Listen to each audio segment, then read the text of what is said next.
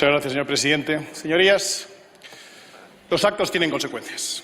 Y estos presupuestos, cuyas secciones comenzamos a debatir hoy en esta Cámara, también las tendrán. No les quepa ninguna duda. Porque la realidad se impone. Siempre. Es indiferente que algunos políticos sigan sin querer enterarse, ya sea fingiendo que no pasa nada, metidos en su burbuja caviar o, que es peor, como el día de hoy, en el caso de los miembros de este Gobierno, en la ausencia en el debate más importante del año, que es el de los presupuestos generales del Estado, donde no hay un solo miembro del Gobierno presente. Una auténtica vergüenza. El Gobierno finge que no pasa nada mientras siguen aprobando políticas que nos llevan al precipicio. No puede haber peor momento para aprobar unos presupuestos tan dañinos, porque España atraviesa una situación económica no grave, sino gravísima. Y hay que reaccionar. La gestión al principio de la pandemia provocó que nuestro país sufriera uno de los mayores desplomes económicos del planeta. Una caída del Producto Interior Bruto del 10,8% para un país que todavía no se había logrado recuperar de la crisis anterior. Ningún otro país experimentó semejante deterioro de su tejido productivo. En ningún otro país cerraron tantas empresas, en ningún otro país se destruyó tanto empleo. Pero lo que vino después no lo mejoró. El año pasado, a estas alturas, debatíamos unos presupuestos que, por sentido común, deberían haber favorecido la recuperación, pero no lo hicieron. Al revés. En lugar de centrar el gasto en las partidas vitales para los ciudadanos, decidieron disparar el gasto político, los ministerios, los sueldos, los asesores, los coches oficiales. En lugar de bajar impuestos para impulsar el crecimiento, el Gobierno de Pedro Sánchez decidió subirlos.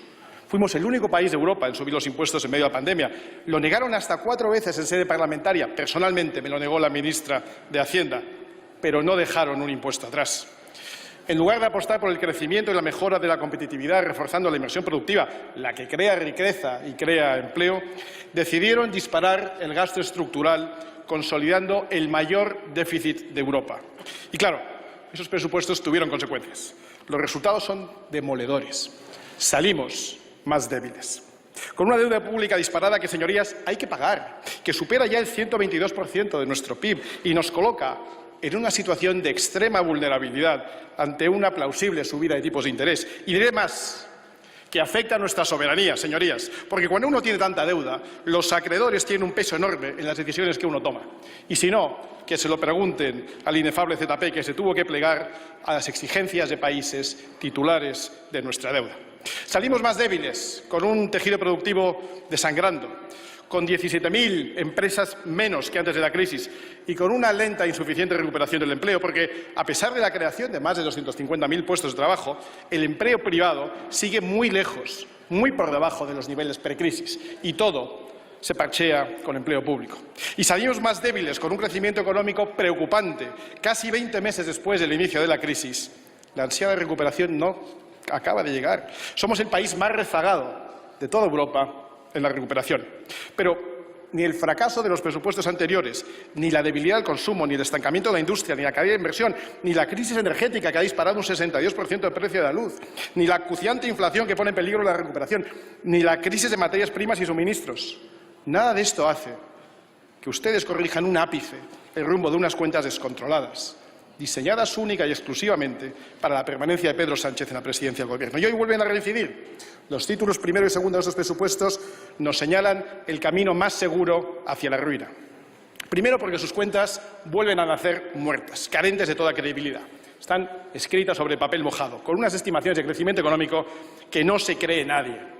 Hubiera sido sensato revisar el cuadro macroeconómico para adecuarla a la realidad de la evolución de la economía española y la constatación de una ralentización, pero ustedes prefieren instalarse en su relato y lo vuelven a hacer. El año pasado estimaron un crecimiento económico de casi el 10%.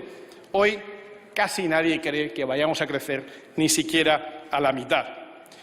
20, no 1, ni 2, ni 3, 20 servicios de estudios, además del Banco de España y la IREF, han estimado que la economía española no crecerá ni de lejos lo que contemplan estos presupuestos. Pero a ustedes les da igual.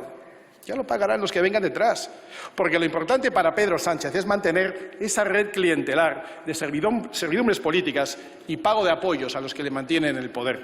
Señorías, Han desaparecido gran parte de las ayudas puestas en marcha el año pasado para hacer frente al gasto extraordinario provocado por la epidemia, ese gasto que llevaron a los presupuestos a cifra récord. Y aún así, estos presupuestos superan los anteriores, con más de 458.000 millones de euros. Y se explica porque este es el gobierno de los 22 ministerios, el más numeroso y mejor pagado de la historia. Se explica porque dispara un 45% el número de asesores elegidos a dedo, un 86% el gasto en propaganda, un 22% las subvenciones a los sindicatos. Se explica porque en 2 años triplica el gasto de un ministerio, el de Igualdad, dedicado a financiar chiringuitos ideológicos y a recoger a los caídos en los juzgados por España. Y se explica por los regalos que a cuenta de la chequera a todos los españoles les piden a unos socios que solo quieren lo peor para España. Porque otra vez, en lugar de bajar los impuestos para favorecer el crecimiento de recuperación, ustedes vuelven a subir los impuestos en lo que constituye un nuevo hachazo fiscal a familias, ahorradores y también a la industria.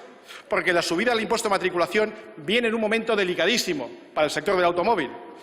La propaganda del Gobierno presume de incremento de gasto en partidas que incrementan la deuda, pero no solucionan nada, porque no hay semana que el sectarismo de este Gobierno no tome una medida que merme nuestra capacidad de crecer y de crear empleo y riqueza. En apenas unos días han presentado una ley de vivienda que reducirá la oferta disponible y disparará los precios. Han elevado las cotizaciones empresariales, que ya son las más altas de Europa, lo cual hará más difícil crear y mantener el empleo en un país con tasas de paro ya inaceptables. Y han condenado definitivamente a los alumnos que podrán graduarse sin tener todas las asignaturas aprobadas y sin necesidad de hacer exámenes de recuperación. Señorías, con estos presupuestos nos jugábamos mucho.